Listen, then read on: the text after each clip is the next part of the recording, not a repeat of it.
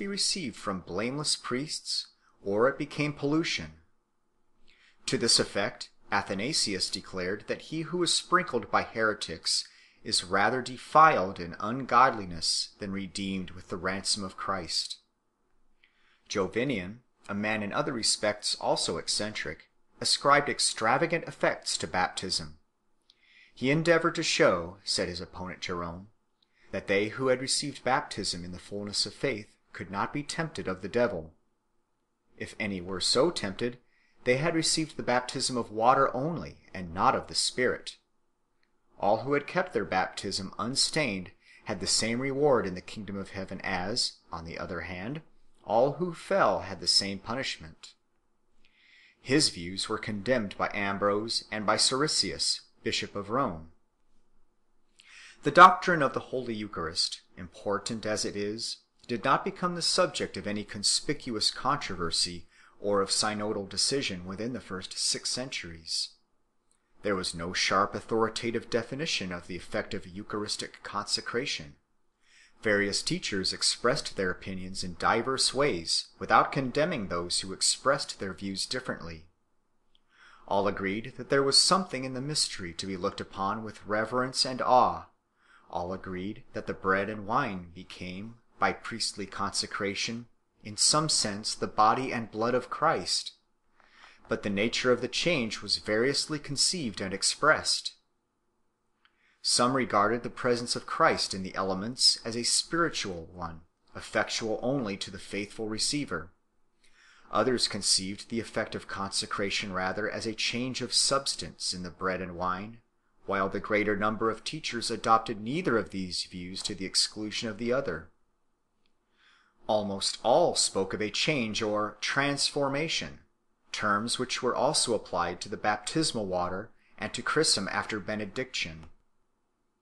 Those who were most under the influence of Origen, as Eusebius of Caesarea, Athanasius, and Gregory of Nazianzus, inclined to the more spiritual view, which also found vigorous support in the West from Augustine and his followers, influenced as they were by the belief that only those who were predestined to life could really and truly feed upon the Son of God.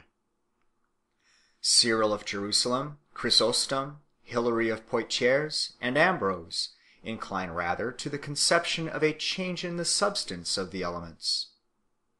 Gregory of Nyssa held the peculiar view that as, during the Lord's earthly life, bread and wine became by assimilation part of his natural body, so, after his ascension, by the working of his divine power, the consecrated bread and wine become part of his glorified body.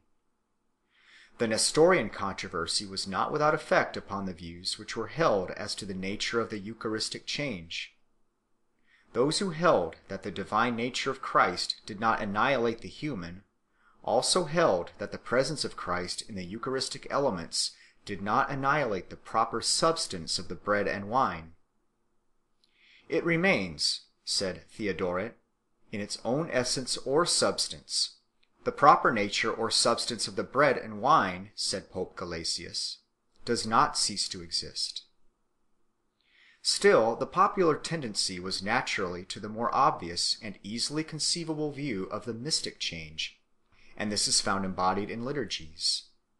The definite doctrine of transubstantiation emerged from the scholastic philosophy in the Middle Ages.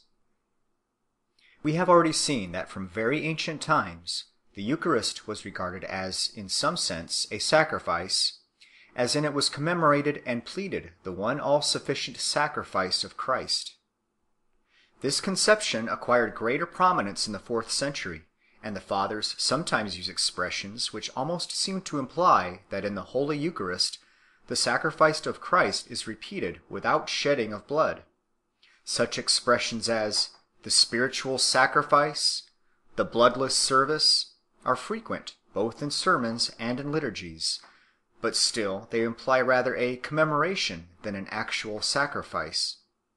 Yet Chrysostom also speaks as if in the consecrated Eucharist the lamb that was slain were actually lying on the altar. The connection of propitiatory masses with the doctrine of purgatorial fire is not found before the time of Gregory the Great. In the celebration of the Holy Eucharist, the same elements are found which were already in use in the 3rd century, but, as in the case of baptism, with some amplification and added splendor. The first portion of the service, to which catechumens were admitted, consisted principally of prayer and reading of passages of Holy Scripture. The readings of Scripture in the Eucharistic office were in ancient times 3: the prophecy or reading from the Old Testament, the apostle or epistle, and the gospel. A rubric in the liturgy of St. James directs the reading of a passage from the Old Testament, and the practice still continued in the West in the later part of the 6th century. The reading of a portion from the apostle, that is, St. Paul, or from an epistle of some other apostolic writer, and from a gospel, has probably been universal from the earliest times to the present day. The allusions to the practice are almost innumerable. At an early date, certain books seem to have been appropriated to certain ecclesiastical seasons, and the readings to have been taken from them in order, unless the course was interrupted by some festival for which there were proper lections.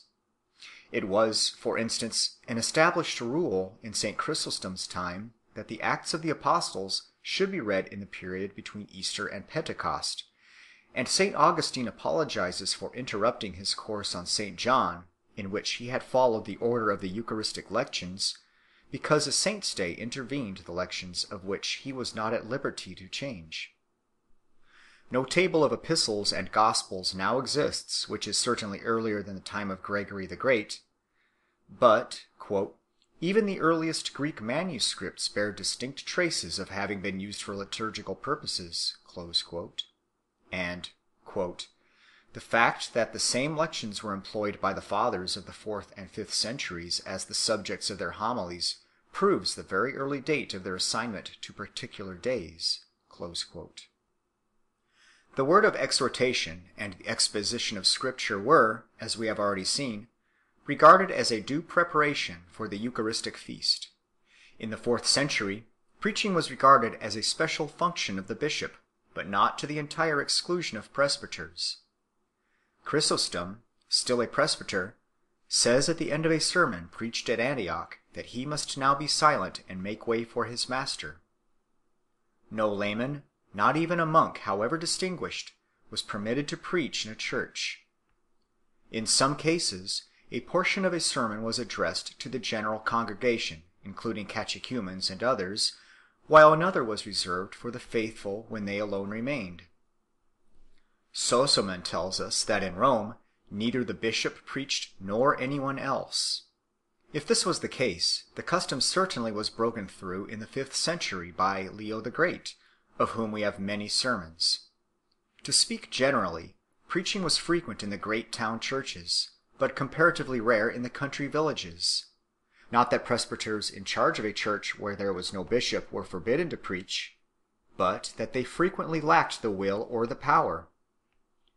It was to correct this state of things that presbyters were everywhere enjoined to preach, and that, where they were unable to do so, deacons were empowered to read homilies of the fathers.